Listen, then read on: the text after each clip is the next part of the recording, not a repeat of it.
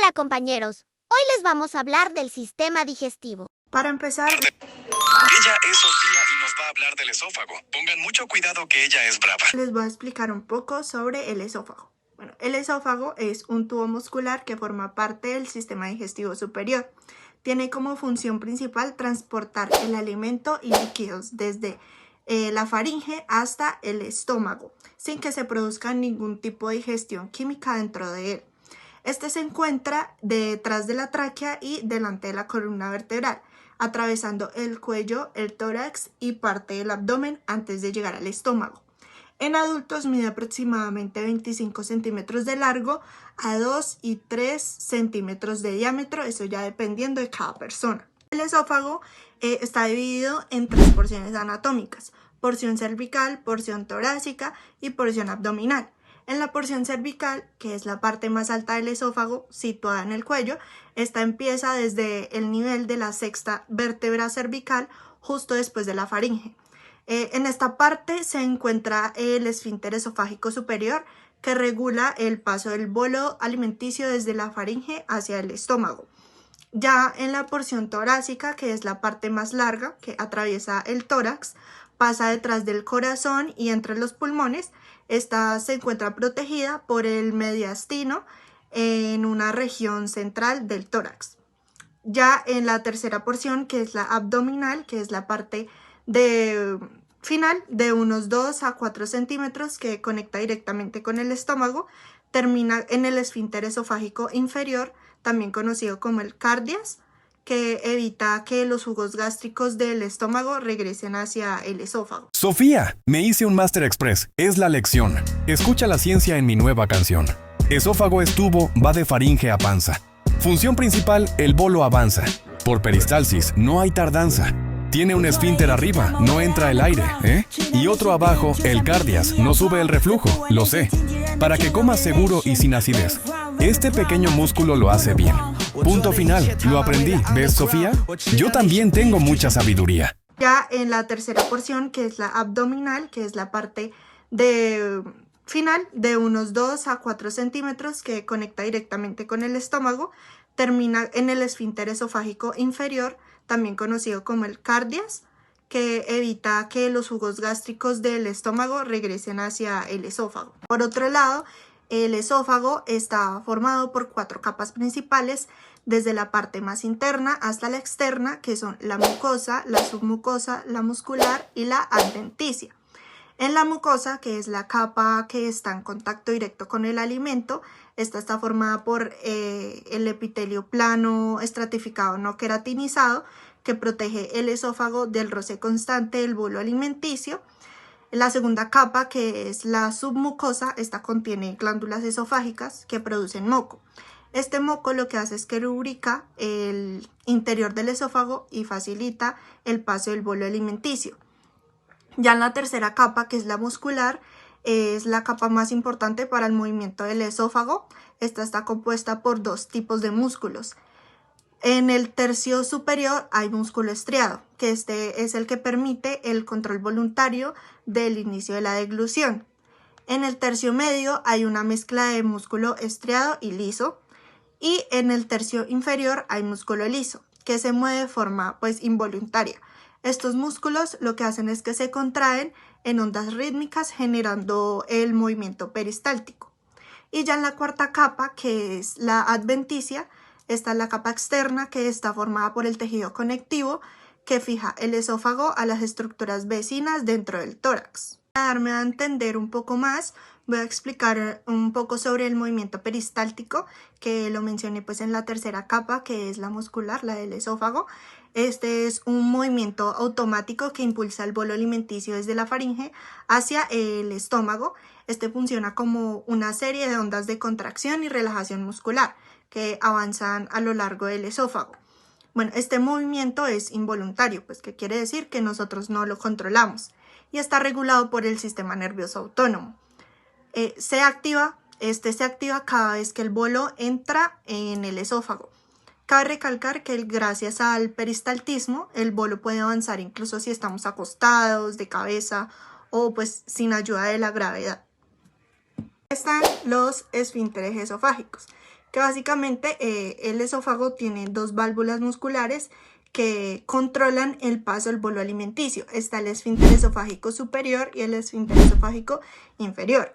El esfínter esofágico superior está ubicado al inicio del esófago entre la faringe y el esófago. Este se abre solo cuando pues, nosotros tragamos, permitiendo el paso del bolo alimenticio. El resto del tiempo permanece cerrado pues, para evitar que entre el aire al esófago al respirar. En el esfínter esofágico superior podemos encontrar el músculo cricofaríngeo, que es un músculo esfínter que se encuentra entre la unión de la faringe y el esófago, formando pues el esfínter esofágico superior. Su función principal es mantenerse contraído en reposo para impedir el reflujo del contenido del esófago y el paso del aire al esófago, relajándose también temporalmente para permitir el paso de los alimentos durante la deglución. Ya en el segundo esfínter, que es el esfínter esofágico inferior, está en el extremo final del esófago, en la unión con el estómago. Se abre para dejar pasar al bolo alimenticio del estómago y luego se cierra. Su función principal también es impedir que el ácido gástrico regrese al esófago, se devuelva. Y si este esfínter pues no funciona bien, es cuando se produce el reflujo gastroesofágico. Podemos decir que el esófago tiene tres funciones principales, que son transporte, que pues lo que hace es que lleva el alimento y los líquidos desde la boca hacia el estómago de manera rápida y segura. En la segunda, que sería protección, su mucosa protege los tejidos internos del roce y de posibles lesiones. Y en la tercera, que ya es prevención del reflujo, que gracias a los esfínteres superior e inferior, evita que los ácidos estomacales suban y dañen el esófago. Podemos decir que el esófago tiene tres funciones principales, que son transporte, que pues lo que hace es que lleva el alimento y los líquidos desde la boca hacia el estómago de manera rápida y segura. En la segunda, que sería protección, su mucosa protege los tejidos internos del roce y de posibles lesiones. Y en la tercera, que ya es prevención del reflujo, que gracias a los esfínteres superior e inferior, evita que los ácidos estomacales suban y dañen el esófago. Bueno, ahora les voy a explicar un poco sobre qué es la deglución y sobre las fases de la deglución. Básicamente, la deglución es el proceso mediante el cual el bolo alimenticio pasa por la boca hacia el estómago. Esta pues parece una acción muy simple, pero en realidad es una de las funciones más complejas del cuerpo humano, ya que pues involucra más de 30 músculos, varios pares craneales y diferentes estructuras anatómicas. La deglución pues tiene tres funciones principales, que son transportar el alimento de manera segura, proteger las vías respiratorias, evitando que este alimento entre a la tráquea o a los pulmones, preparar la digestión, permitiendo que el bolo alimenticio llegue al estómago en las mejores condiciones. Ahora les explicaré sobre el proceso de la deglución, el cual se divide en tres fases: la fase oralo-bucal, la fase faríngea y la fase esofágica. Bueno, la primera fase, que es la oralo-bucal, esta es voluntaria. Quiere decir que sí depende de nuestra voluntad, ya que nosotros la controlamos conscientemente. Esta comienza en la boca, pues cuando nosotros masticamos los alimentos y lo mezclamos con la saliva, que es producida por las glándulas salivales. La saliva contiene una enzima llamada amilasa salival, que esta lo que hace es que empieza a descomponer los carbohidratos. Durante la masticación, la lengua y los músculos de la mandíbula forman una masa blanda y húmeda llamada bolo alimenticio. Una vez que el bolo está listo, pues la lengua lo que hace es que empuja hacia la parte posterior de la boca en dirección hacia la faringe. Y en ese momento, pues el reflejo de la deglución se activa y el proceso ya se vuelve involuntario. Ya es cuando entra pues la fase faríngea. En esta fase ocurre en la faringe. Esta es una estructura que forma parte tanto del sistema digestivo como del sistema respiratorio. Aquí es donde el cuerpo se debe asegurar de que el alimento no entre en las vías respiratorias. Para lograr todo este proceso se activa el mecanismo de protección muy importante, que sería la epiglotis, que es una especie como de tapita de cartílago, que esta lo que hace es que se cierra sobre la tráquea bloqueando el paso del bolo hacia los pulmones. Al mismo tiempo, pues el paladar blando se eleva para cerrar el paso hacia la nasofaringe y evitando que la comida suba hacia la nariz. Ya los músculos de la faringe se contraen de manera coordinada, estos se encargan de hacer esa acción y empujan el bolo hacia el esófago.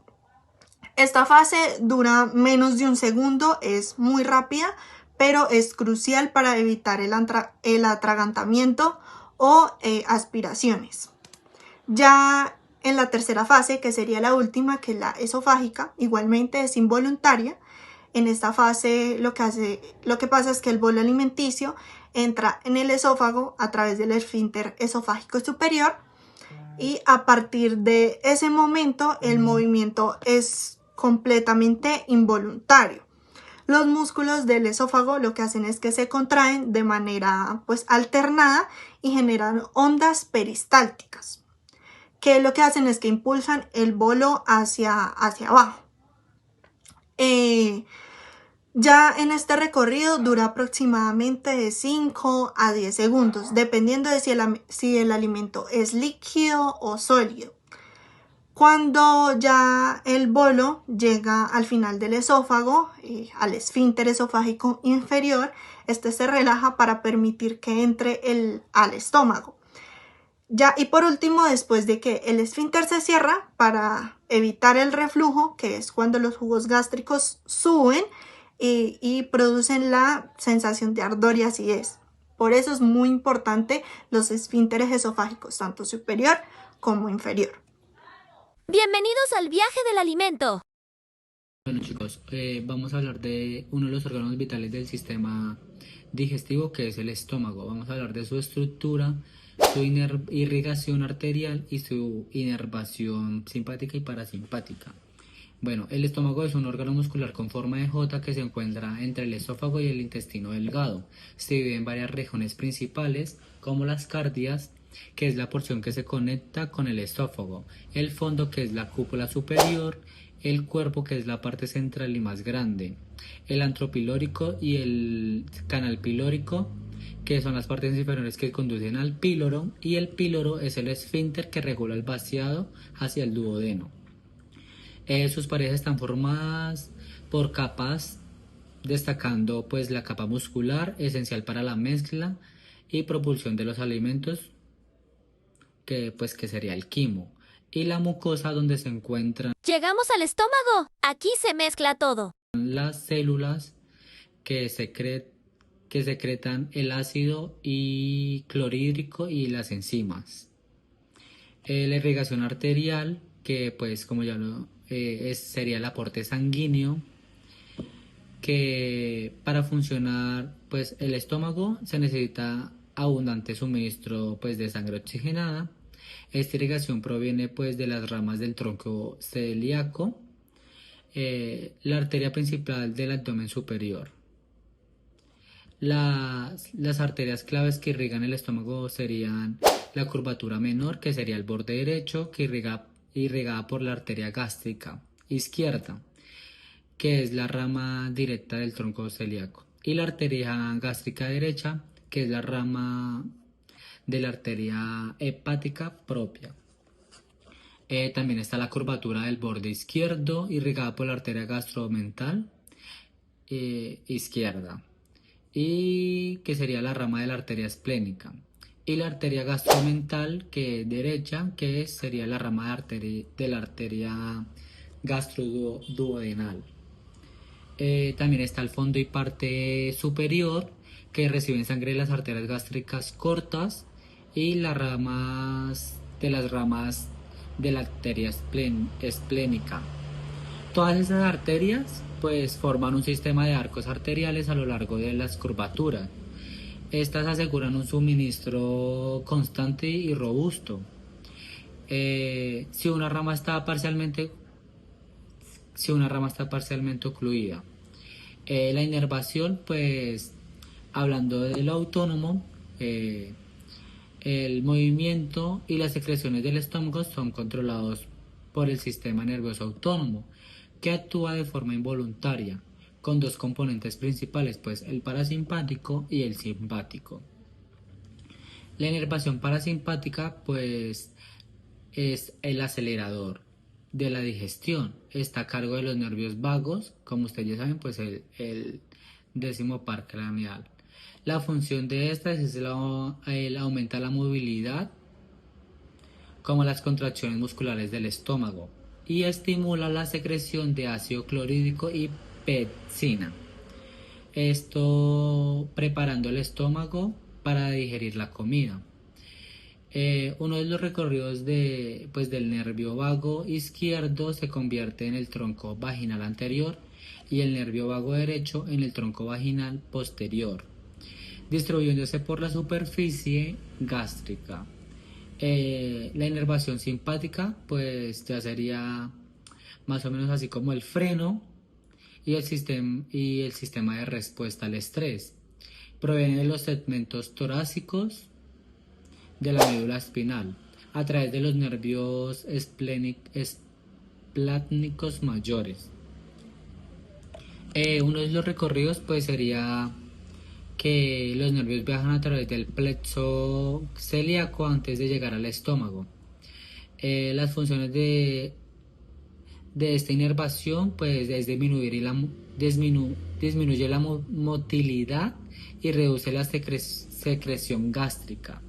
También es responsable de la vasoconstricción, que es cuando se estrechan los vasos sanguíneos en situaciones de estrés o emergencia, el desvío de la sangre a músculos vitales y el transporte de las señales de dolor en las vísceras. Pues esto sería más o menos como la inervación y la irrigación del estómago. Y así termina la aventura del sistema digestivo. El duodeno es el que recibe los jugos digestivos del páncreas, recibe la bilis del hígado y neutraliza el ácido de quimo. Este tiene forma de C y rodea la cabeza del páncreas con mucosas de glándulas de Brunner. El yeyuno es el que hace la absorción de azúcares, aminoácidos y ácidos grasos. Este cuenta con una pared muy gruesa, con varias vellosidades y un color rosado muy intenso. El ilión es el que hace la absorción de sales biliares, vitaminas B12 y productos restantes. Este presenta las placas de Peyer, que son el tejido linfático. El hígado es uno de los órganos más importantes en el sistema digestivo y en el cuerpo en general. Este está ubicado en la parte superior derecha del abdomen, justo debajo del diafragma, y cumple múltiples funciones vitales. Su función principal dentro del sistema digestivo es producir la bilis, que es un líquido de color amarillento que ayuda a dirigir las grasas. La bilis no descompone las grasas completamente, sino que las emulsiona, o sea que las divide en pequeñas gotas para que las enzimas del intestino puedan actuar más fácilmente sobre ellas. Una vez que el hígado produce la bilis, esta se almacena en la vesícula biliar, que es un pequeño saco situado debajo del hígado. Cuando comemos alimentos grasos, la vesícula se contrae y libera la bilis hacia el intestino delgado a través de las vías biliares. Además, aparte de esto, recibe sangre de la vena porta hepática y de la arteria hepática. Además de ayudar en la digestión, el hígado filtra sangre, elimina las toxinas, almacena glucógeno, sintetiza proteínas y regula el metabolismo de las grasas, carbohidratos y proteínas. Por eso es considerado un órgano esencial para la digestión y mantener el equilibrio del cuerpo. ¿Qué es el páncreas? El páncreas es una glándula mixta endocrina y exocrina alargada de color gris rosado que mide aproximadamente de 15 a 20 centímetros de largo y pesa entre 70 y 110 gramos.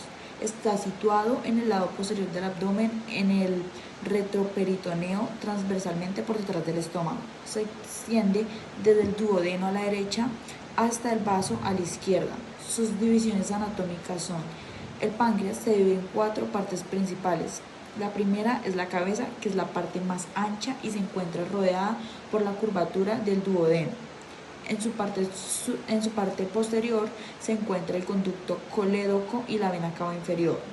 En la parte inferior de la cabeza hay una prolongación llamada proceso unciforme, que se curva detrás de los vasos mesentéricos superiores. El segundo es el cuello, que es la porción estrecha que se une entre la cabeza y el cuerpo. Por detrás pasa la vena porta, formada por la unión de la vena mesentérica superior y la esplénica. El tercero es el cuerpo. Se proyecta oblicuamente hacia arriba y hacia la izquierda, cruzando la aorta abdominal y la columna vertebral. Por delante del cuerpo pasa el estómago y por detrás la vena esplénica. El cuarto, que es la cola, es la parte más estrecha y móvil. Llega hasta el hilo del vaso y está en contacto con el ligamento esplenorrenal. Vamos a hablar de los conductos pancreáticos. El conducto pancreático principal de Wirsung. Este recorre el páncreas desde la cola hasta la cabeza. Se une al conducto colédoco para formar la ampolla de Vater que se abre en el duodeno en la papila duodenal mayor. El conducto de accesorio de Santorini puede desembocar independientemente en la papila duodenal menor. Vamos a hablar de la irrigación e inervación. La irrigación arterial. La arteria pancreatoduodena superior, que es la rama de la arteria gastroduodenal que viene de la hepática común. La arteria pancreatoduodena inferior, rama de la arteria mesentérica superior. Y las arterias pancreáticas, ramas de la arteria esplénica. El drenaje venoso. A través de las venas pancreáticas hacia la vena esplénica, vena mesentérica superior y finalmente a la vena porta. Su inervación. La simpática, nervios esplácnicos y plexo celíaco. La parasimpática, el nervio vago. La inervación regula la secreción de enzimas y hormonas. La histología del páncreas. El páncreas está compuesto por dos tipos principales de tejidos. Porción exocrina, que es el 98%, formadas por acinos pancreáticos, grupo de células serosas. Cada acino secreta enzimas digestivas hacia un conductillo intercalar. Las enzimas se almacenan en gránulos de zimógeno y se liberan al duodeno durante la digestión. El segundo, que es la porción endocrina, que es el 2%, constituida por los islotes de Langerhans. Son tipos de células: célula alfa, célula beta y célula delta. Y las células PP o F. Las funciones del páncreas son la función exocrina, que produce el jugo pancreático que contiene agua, bicarbonato y enzimas digestivas, las cuales son las que neutralizan el ácido gástrico y ayudan a digerir. Amilasa pancreática, que es la de carbohidratos. La lipasa pancreática, que es las grasas o ácidos o grasas y glicerol. La tripsina, quimotripsina, elastasa y carboxipeptidasa, que son las proteínas y aminoácidos. La función endocrina, secreta hormonas hacia la sangre para regular la glucosa. La insulina disminuye la glucemia, favorece el ingreso de la glucosa a las células. La glucagón aumenta la glucemia, que es la que estimula la liberación de glucosa del hígado. La somatostania inhibe la secreción de otras hormonas. Vamos a hablar de la fisiología. La secreción pancreática exocrina está regulada por nervios vagos que estimulan la secreción, las hormonas intestinales y la secretina, que es la que estimula la liberación del bicarbonato. La función endocrina se ajusta según los niveles de glucosa en la sangre. Su importancia clínica: pancreatitis aguda o crónica. Inflamación del páncreas puede causar dolor abdominal intenso y complicaciones graves. La diabetes mellitus tipo 1, destrucción autoinmune de las células B, falta de insulina. La tercera es la diabetes mellitus tipo 2, resistencia a la acción de la insulina. El cuarto es el cáncer de páncreas, común en la cabeza pancreática como síntomas de ictericia y pérdida de peso. El quinto es la insulinoma, que son tumores de las células endocrinas que causan hipoglucemia o hiperglucemia. Hola Lizzy, hoy tenemos que estudiar una parte muy importante del sistema digestivo, el intestino grueso. Hola, Salomé. ¿El intestino grueso? ¿Ese es el último del recorrido de la comida? Sí, es la parte final del sistema digestivo, mide más o menos 1,5 metros y se divide en ciego, colon, recto y ano. ¿Y qué hace el intestino grueso? ¿También digiere la comida? No exactamente, Lizzy. Su trabajo es absorber el agua y los electrolitos, forman las heces y mantener una flora bacteriana buena que produce vitamina K y B. O sea que tiene bacterias buenas. Pensé que todas eran malas. No, también hay bacterias que nos ayudan y justo al inicio del intestino grueso está el ciego, una especie de bolsita cerrada. ¿Y ese para qué sirve? El ciego recibe lo que viene del intestino delgado y empieza a absorber agua y sales. Además ahí está el apéndice, un pequeño tubo con función inmunológica, o sea, ayuda a nuestras defensas. ¡Cocoberé! Entonces, el ciego también tiene su trabajo importante. Sí, y no olvidemos al peritoneo, que es como una membrana protectora que cubre los órganos abdominales para que no se rocen entre sí. Ah, entonces el peritoneo es como una cobijita que los cuida. Así es, Lizzy. Todo nuestro cuerpo está muy bien diseñado para funcionar en equipo. Me encanta. Entonces, el intestino grueso absorbe agua, el ciego recibe y ayuda con bacterias buenas, y el peritoneo los protege. Muy bien, Lizzy. Creo que ya con esto quedó muy bien entendido el tema. Sí, ahora sí puedo decir que mi intestino es todo un héroe del cuerpo. El colon es la parte más larga del intestino grueso. Se divide en colon ascendente, transverso, descendente y sigmoide. Sus paredes tienen unas bolsas llamadas austros que le dan ese aspecto segmentado. Su función principal es absorber el agua y las sales que quedan del intestino delgado. También forma y almacena las heces. Además, en el colon viven muchas bacterias buenas que ayudan a fermentar los restos de comida y producen vitaminas como lo son la K y algunas del grupo B. Recibe sangre de las arterias mesentéricas superior e inferior y la sangre venosa pasa al hígado por la vena porta. Su movimiento está controlado por nervios, los simpáticos lo frenan y los parasimpáticos son los que lo estimulan. El recto es la parte final del intestino grueso, mide entre 12 y 15 centímetros y se encuentra justo antes del ano. Tiene una capa muscular más gruesa que empuja las heces hacia el canal anal. Su función principal es almacenar las heces temporalmente antes de la defecación. Cuando el recto se llena, se activan reflejos que avisan al cerebro que es hora de ir al baño. Este recibe sangre de las arterias rectales y sus nervios ayudan a mantener o relajar el esfínter según sea necesario. El ano es el último tramo del tubo digestivo y mide unos 3 a 4 centímetros. Está formado por dos esfínteres, el interno, que no controlamos, y el externo, que sí es voluntario. Su función es controlar la salida de las heces, mantener la continencia, es decir, evitar pérdidas. Recibe la sangre de las arterias rectales y si hay presión alta en la zona puede aparecer hemorroides.